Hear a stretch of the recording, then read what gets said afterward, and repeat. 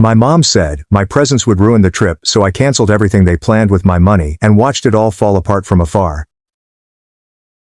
They planned the perfect family vacation, every hotel, every train, every glass of wine in Tuscany, without telling me a word. But they made one mistake. They used my money. My mother grabbed me aside and said, "Next week is special, and you being there would ruin it." My father added, "You're too different now." I clinked my fork to my glass. Duly noticed. That night, I reversed all Italy charges, locked their URL passes, and canceled their airport connections. At check-in, they were denied everything. My brother's text arrived first. "Unblock the account now," I responded. I was so enraged that I couldn't sleep. They arranged everything without me. A perfect holiday in Italy, from Venice to Florence to Rome. Everything was meticulously planned. Luxury hotels, high-speed trains, exclusive vineyard tours in Tuscany, and dinner reservations at restaurants where you must know someone to even be on the wait list. They planned it on their own and utilized my money to do it. Not one mention of me. Nor my name, nor my daughter Lily's, nor my son Ethan's. Just my mother, father, sister Brooke, her husband Tyler, and their 2 children. That was the family they envisioned, the one that counted. It hit me when I received the email confirmation. It wasn't intended to come to me. Brooke must have forwarded it by accident. It showed everything. Dates, passengers, and the schedule, and it felt like someone punched me in the chest. I sat there rereading everything, hoping to see my name somewhere in the footnotes. It never arrived. Mom proposed the idea 6 months ago during one of our regular Sunday dinners. She stated that she had always wanted to take a large family trip. She stated that she wanted the kids to experience Europe while they were still young. She added that Brooke and Tyler were short on cash and asked if I'd be prepared to help handle the initial expenses. She said she will settle it later. Without hesitation, I replied, "Yes, of course." I recently secured a large consulting contract and wanted to do something special for the family. Something that would help us become closer. I paid for the entire thing. Flights, hotels, boarding cards, and so forth. Then they cut me out altogether. I didn't approach them immediately. I waited till Sunday. They were all there, acting as if nothing had happened. Mom prepared baked ziti as if it were just another Sunday. Dad spoke about golf. Brooke sat there smiling, as if the knife had not already been twisted. After dinner, I casually mentioned the trip, saying, "Italy sounds beautiful this time of year." Silence. Mom looked at me and said, "Next week is just special, and having me there would ruin it." Dad leaned back and remarked, "You're too different now." Nobody disagreed, none of them spoke up. It seemed as if they had all practiced it. I clinked my fork against the glass. Duly noticed. I did not argue. I did not ask for an explanation. I took my kids home and helped them prepare for bed. And once the home was quiet, I began to work. Everything remained in my name, including hotel rooms, passes and transfers. They hadn't touched the bill. They did not even have the decency to conceal their arrogance. I reversed each charge one by one. Freeze the travel cards. I locked the train passes.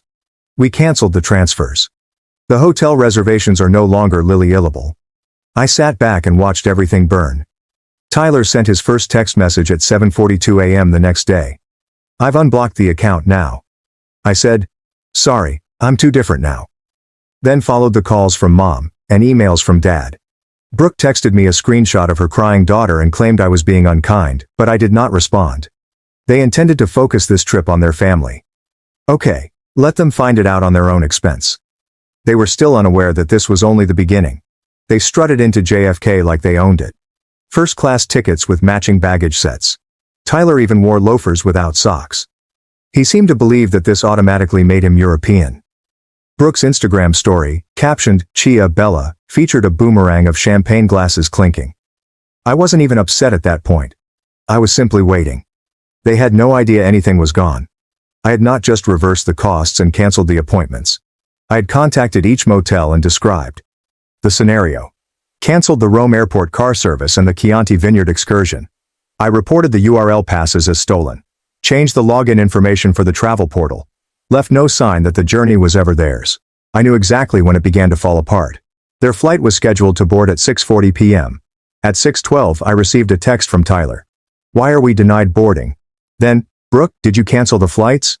Then came a flood of calls. Everything is neglected. It must have been chaotic. 4 parents and 2 children stood at the gate, astonished, trying to figure out why a trip that was meant to be completely paid for suddenly did not exist. Brooke may become loud. Tyler pretends to be calm. Dad attempting to assert some fictitious authority. Mom is probably just standing there mad. Someone told her no. I sat in my kitchen with Lily and Ethan, helping them bake pizza from scratch. They knew nothing. I wanted it that way. They continue to believe that Grandma and Grandpa had to cancel their vacation due to unforeseen circumstances. Approximately 9 p.m. The text's tone shifted. Tyler, you are acting psychotic. You're harming your own family. Brooke, your children will hear about this someday. I did not respond either. I allowed the silence to work. Then Dad sent a message that nearly made me chuckle. You have embarrassed us. I said, you've gone too far. I hope it was still special. Next morning, I noticed their car in the driveway. They returned 20 hours after flight, defeated and drained. That's when the new game began. The second stratum of this entire tragedy. At 3:47 p.m., the doorbell rang. It was Mom. No makeup. Hair pulled back. Her tone ranged between neutral and annoyed. She did not begin with an apology. Not even close. She said, "All right, you have made your point." I let her speak. She went on to say how such acts build wedges in families. I needed to be more tolerant, and it wasn't fair to spoil something they had planned for so long simply because I felt excluded. Following this, she stated, "Anyway, I wanted to talk to you about the backyard. The contractor's still scheduled to start next month and we don't want to lose the date. Your dad said you might be able to help cover the deposit." I gave her a look. She truly believed I would come around. Some part of me still wanted in. That money was simply something I would always provide because that is what I had always done. I nodded slowly. "Let me check my accounts," I said. "I'll let you know by the end of this week." She smiled as though she had won something back. She left satisfied. And that was ideal, because it was now my turn to play. The silence was strategic. I could tell they were allowing me just enough space to save face. Calculation, not respect. In their views, I was presumably sulking, regretting my actions at the airport, and running out of steam. They expected me to return with a check and an apology, as I usually did. They didn't comprehend that something had finally shattered in me. On Thursday, the first feeler arrived. Brooke texted as if she were contacting a coworker. "Hey, Mom mentioned you were thinking about helping with the backyard project. Please let us know so that we can confirm with the contractor." There was not even one question in there. There was no warmth, only the blank family tone they used whenever they needed anything. I left it unread for several hours. Then I replied, "We're still sorting things out, we'll let you know soon." That quickly changed into tomorrow, then the day after. By Friday morning, Mom had sent a longer note. "The contractor requires the deposit today to hold the schedule. We're attempting not to miss the fall installation window. Could you confirm?" I wrote back. "I might be able to ship half. Let me check with my bank." I did not check anything. Saturday, nothing from me. Sunday is still peaceful. Monday, Dad called. I watched his name appear on my screen and let it ring out. A minute later the text arrived. "We are not attempting to put you under pressure. All we need is to know what's going on so we can plan accordingly." I texted back. "I totally get it. Should get an answer soon." And I let it stretch again. Brooke sent a voice memo on Wednesday afternoon. I didn't even listen. Just looked at the waveform. She was most likely pretending to be kind, understand, and act as if everything was normal. Later that night, I finally responded. "Talk to the bank today. Small issue with a flag transaction. I think I can send it by Friday." That was the final hook. The one who made them wait again, made them circle another date on the calendar in anticipation. Friday arrived and passed. No payment, no message. Saturday morning, Dad wrote, "We told the contractor we'd handle it ourselves, don't worry about it," followed by a different message from Mom. "If you still wish to contribute later, every bit helps." I could sense the frustration building beneath those remarks, not because of the money, but because I wasn't doing what I was used to doing. Save them. Smooth it all over. Make the discomfort go away. And now they were trapped with their agony. Brooke emailed a photograph that night. Their backyard had patchy grass with a few white markers designating where a patio may have gone. She captioned it, "Still hoping to accomplish something before the weather turns." I did not respond. I simply stared at it. The space between us was no longer uneasy. It was expanding with purpose. For the first time in my life, I was finished making sure they were okay. And they were just beginning to understand what that meant. A week passed with nothing but stillness. There was no note from Mom, Dad, or Brooke. No nice nudges in the backyard. There have been no developments about rescheduling the trip. Just nothing. It might have seemed tranquil if I hadn't known them so well. They were not moving on. They were regrouping, waiting for me to leave, and making me believe I was the one who had walked away. Then a completely unexpected event occurred. I received an SMS from my cousin Rachel. "Hello, just checking in. Grandma is terribly upset about the Italy situation. You okay?" It completely stopped me. Grandma? She had not been mentioned once in the entire fiasco. She lives alone in Albany and has not traveled in over a decade. She sends handmade thank you cards and remembers everyone's birthdays. I always avoided family drama. I asked Rachel what Grandma was concerned about. She proceeded, "Brooke told her you canceled the trip out of nowhere and made them lose thousands. Grandma's confused and thinks you might be having some kind of breakdown." That's it. They were already altering the story. I was no longer the man who had to foot the tab and was excluded. I was now the erratic son who ruined a pleasant family getaway. Of course, they would distort it in that direction. They have always had control over the narrative up until now. I called Grandma. She responded right away. Voice is soft but heavy. "Nathan," she asked. "What happened, honey?" I told her everything. I didn't make it overly dramatic. I did not vent. I just lay everything out. How I was requested to pay months ago. How they prepared every aspect without involving me or my children. How I discovered out by accident. And so, when I brought it up, they said I had destroyed the trip simply by being there. She did not interrupt once. After a long pause, she stated, "That is not what they told me. They said you refused to go. You claimed you canceled the cards in a fit of wrath." I told her it wasn't even close. She was quiet again. Then she said, "I'm so sorry, Nathan. I don't know what's wrong with them." That was all I needed to know. But the consequences came swiftly. An hour later, I received a text message from my mother. "Did you tell Grandma a warped version of events? Then, Brooke, you're making matters worse. She is old, Nathan. She does not need this much stress." Tyler even joined in. "This is harmful behavior, man. You are turning people against their own families." I finished reading each one without feeling furious or sad. They had excluded me, lied about it, attempted to influence Grandma, and now have the audacity to accuse me of being divisive. So I responded with a final note, forwarded to the group chat with the 4 of them. "I'm ceasing to provide financial assistance effective. Immediately. No more vacations, renovations, loans, or we'll pay you back texts. If I'm too different to be a member of the family, I'm also too different to support it. Good luck with the backyard." I pressed send and put my phone down. Nobody replied that night. Not because they were surprised, but because they realized I meant it. About a week after I cut them off, Brooke called me out of nowhere. A full phone call, not just a text. I didn't respond. She left a voicemail with an almost humorous tone, bright and charming, as if we were catching up after a trip. She stated she had been thinking about what I said and that we should all get together soon. She even mentioned that the kids miss you. As if that were a magical phrase. A few days later, Mom texted me a photo of a stack of inexpensive patio stones thrown in their yard. "There are no workers, no development, only a mess." She wrote, "We're still going to try and make it work ourselves. Found a good deal locally." It was a shift. Subtle, careful. Just enough to imply how hard we're working without you. While still offering me a door to crawl through if I wanted to return. I said, "Looks promising. Let me know if you need help hauling." This opened the door just enough, and they walked right in. Mom texted a long essay about how every family goes through seasons and how she hoped I understood that money was not the reason we wanted you around. She explained that we had all gotten a little lost in the planning process and that it might be time for a reset. Brooke contacted me separately. She said she had been feeling odd since the airport incident and wanted to reconnect. There is no pressure.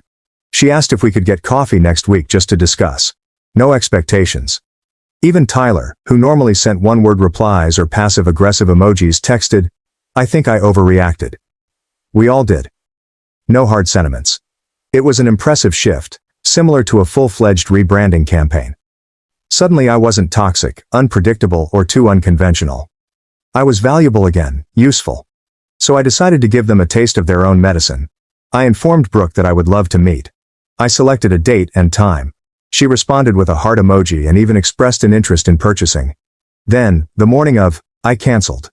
Said something cryptic about a long work call. She was disappointed, but polite. I completely understand. Let us reschedule soon. We did not. A few days later, Mom asked if I could pitch in a little with gravel delivery. Just $300 will help offset the shortfall. I replied I'd check some things and get back to her. I did not. Dad indicated they were looking into firewood delivery for the winter. They said that the provider they used last year had hiked pricing. I asked him to provide me the URL. I said I would see what I could do. He did. I did not. And each time they followed up, I responded in the same tone they had used with me for years. Empty courtesy, courteous avoidance, and hazy curiosity with no commitment. It worked better than I expected. Brooke became silent first. I stopped responding to even the most basic text messages. Then Mom's communications became shorter, more spread apart, and then stopped entirely. Tyler unfollowed me on Instagram. When October arrived, Dad did not send out his regular happy birthday group text to the entire family. That one was strange. It has been going out like clockwork for 10 years. The funny aspect was that they couldn't say anything about it. I'd done nothing wrong. I had not yelled, cursed, or told them off. I'd just become them. They had always been this version of themselves to me. All promises, no payment. All surface, no substance. And I believe for the first time, they experienced what it was like to be outside of their own games. It must have been hellish. Thanksgiving arrived as it always does, creeping up while you're still certain it's only October. Something was different this year though. My phone remained quiet. Not a single group text from Mom. Brooke also did not provide a passive-aggressive reminder. Please RSVP this year, as she used to do. There will be no half-hearted invitation from Dad, which is generally inserted as a forwarded message, like an afterthought. It was the first occasion in my life that I wasn't invited. I did not say anything. I didn't ask. I didn't send a hello. What's the plan SMS merely to pretend that I wasn't expecting one. Instead, on the Wednesday before Thanksgiving, I saw it all unfold on social media. Brooke went full Pinterest this year. There was a large table set for 10, with many pumpkins as placeholders, handwritten name cards, and napkins folded into small fans. She captioned it, "Grateful for the real ones." Each chair was full. Each plate has a name. Mine was not one of them. Neither was Lily's nor Ethan's. It was deliberate. It was not about forgetting. It wasn't a miscommunication. They made a choice. No, Nathan. There was no reminder of what had changed. Just a carefully crafted version of family, the one who did not challenge them. They were never asked to feel sorry or responsibility. I did not tell Lily or Ethan anything. We prepared our own dinner. Not turkey. They voted for homemade mac and cheese and waffles. So that is what we did. We ate on the couch, watched old movies, and laughed so hard that I almost forgot what day it was. A few days later, I ran across Rachel again. The parking lot for the grocery shop. Same weird half smile. They did not invite you? She inquired, even though she already knew the answer. Nope, I said. First year. She nodded slowly. Brooke explained to Grandma that it was just easier this way. Less tension means less tension. That's how they put it, cutting me and my children out altogether. They could mute us just like background noise. As if their issue wasn't what they did to me, but how uncomfortable it felt them to look at it. Christmas came next, and I didn't even check my phone. The only snapshot I saw came from a neighbor who follows Brooke on Instagram. She displayed a family photo in front of the fireplace. Matching pajamas, 5 stockings, hot cocoa, as usual. I zoomed in out of curiosity. There were names on the stockings. None for my children. There was no Lily, Ethan or me, not even a just-in-case placeholder hanging at the end. The message could not have been clearer. They weren't simply excluding me. They were deleting us. It seems ridiculous at first. I would be lying if I said otherwise. But the discomfort did not last. It transformed into something colder and quieter. Not bitterness, but distance. I had no idea I could achieve such emotional quiet. By January, I had stopped checking their names in my alerts. I drove Lily and Ethan to Seattle for New Year's. It's just us. We walked around Pike Place Market in the rain, rode the Ferris wheel, purchased costly souvenirs, and stayed in a hotel with a fireplace and robes that made them chuckle. It was not traditional. It was not planned down to the second. It was real. And for the first time in years, I didn't feel as though I was missing anything. I did not feel left out. I felt free. Surprisingly, that was my most financially successful year. I landed 3 new clients. Finally completed a nightmarish project from the previous year, and had more money in my accounts than I'd ever had. I could have purchased Melanie's entire backyard times over. They could have paid for the trip again and upgraded every seat. Could have given them a blank check to show a point. Instead, I constructed a heated driveway in my home and began arranging a summer road vacation with my children. There's no need for group conversation. No approval is required. They stopped inviting me not because I had changed, but because I had ceased following their rules. I stopped making it easy for people to use and disregard me simultaneously. And once the money was gone, and I made it obvious that nothing else came with it, not silence, forgiveness, or a smile, they had no idea how to treat me again. So they didn't. They cut me out for their own comfort. And I stayed outside to keep my peace. 2 months have gone. It was February when I received the envelope. Plain, with no return address.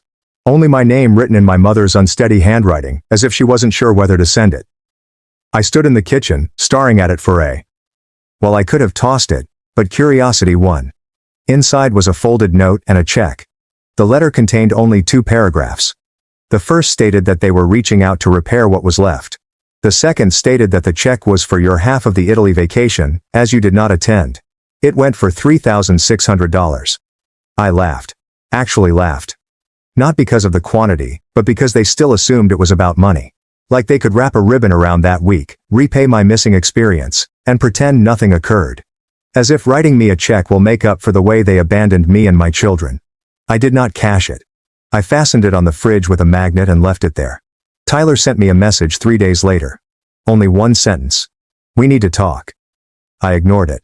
Brooke then texted, Grandma's in the hospital. She asked for you. That one made me pause. I called the hospital and confirmed it was correct. She had a mild heart condition, nothing serious, but she had asked for me twice. So I drove up. When I walked in, she smiled like if I hadn't missed a beat.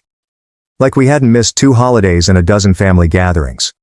We talked for an hour, largely about books, weather, and miscellaneous topics. Then she continued. Don't let them write the ending without you. I wasn't sure what to answer.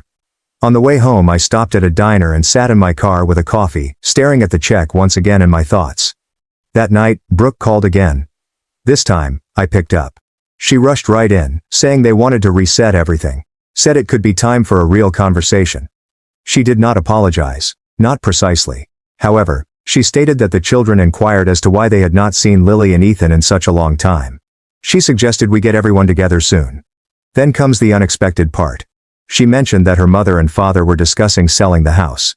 She stated that the proceeds from the sale might be put into a pooled account for family purposes. She called, and they hoped I might help construct something for the future. I did not even respond. I've just ended the call.